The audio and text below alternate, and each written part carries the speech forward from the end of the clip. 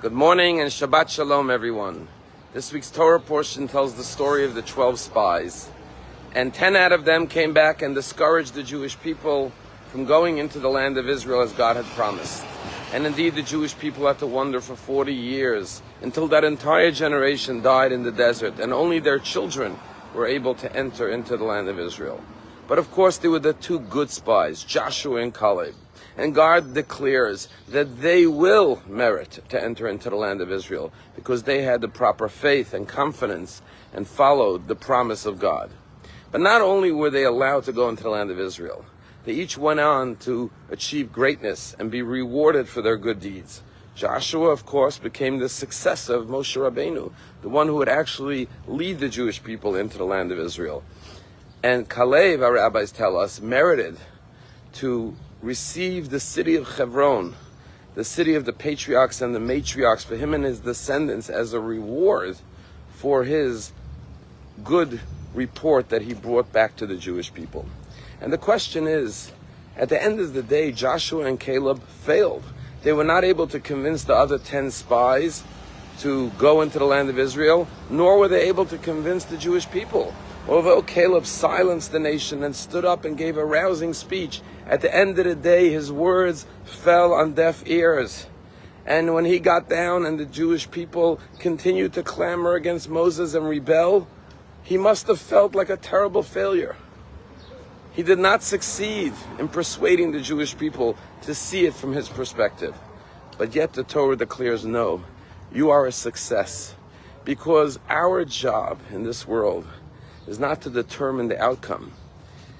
Our job is to do what is right. And if we do what is right, that is considered virtuous and rewarded by God. Because yes, our success may have been a temporary victory. Maybe just for those moments that Moses spoke, when Joshua spoke to the nation, they listened, they internalized his message, and maybe for just a few moments, they believed in the ability of the promise of God to go into the land of Israel. And even though they reversed course and ultimately sided with the 10 other spies, that temporary victory is really considered a permanent victory, because everything in this world is temporary. All of us are temporary. The only thing that is eternal and permanent is God.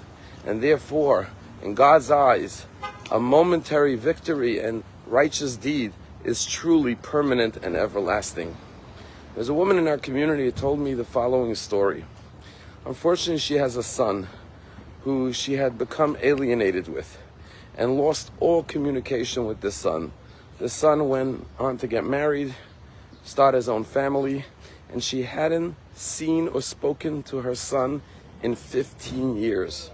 She would text him multiple times a year, on his birthday, on her birthday, before Rosh Hashanah, begging, pleading, let's get together, let's work through the issues. But no, he refused to even respond to her requests. Just last month, she was going on a trip and she was flying to Texas. And suddenly there was weather condition problems, and the pilot said, we're going to have to land in a certain city and we're going to have a layover till we could deal with the challenges. That happens to be the city where her son lives. So she sent him a text and said, I'm on the plane, we're having weather conditions. I would love to get together and see you while I'm in your city. And shockingly, she got a response from him that said, great, I would love to. She couldn't believe it. So she immediately researched a kosher restaurant in that area and said, let's go out for dinner. She met him at the restaurant and he walks in with his son, 8-year-old boy that she had never met. And you could imagine the loving embrace of mother and son and grandson. They had a wonderful dinner, a wonderful time. Reestablished their broken, lost connection of 15 years. And then she was listening to a clue. What happened? Why the change of heart? And then he proceeded to tell her this story.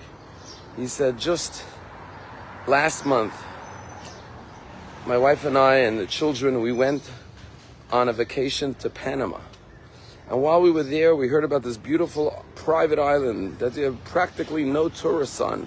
And it would be a wonderful place to spend the day. And so they hired a boat to take them over to this private island. As they're on this island, he sees a man walking on the beach with a kippah and tzitzit. And he was surprised. He said, I thought I came to a private island. All of a sudden I see a religious person. And he had grown up in a religious family. He knew about what tzitzit were, although he had left Judaism. And he walked over to the man on the beach as they were walking, and he said, tell me, what brings you here? And this man happened to be a rabbi. He said, me and my brother and our families are doing a little vacation here in Panama, and we decided to come here for the day. And he said, oh, nice to meet you. And then this rabbi said to him, tell me, did you put on tefillin today?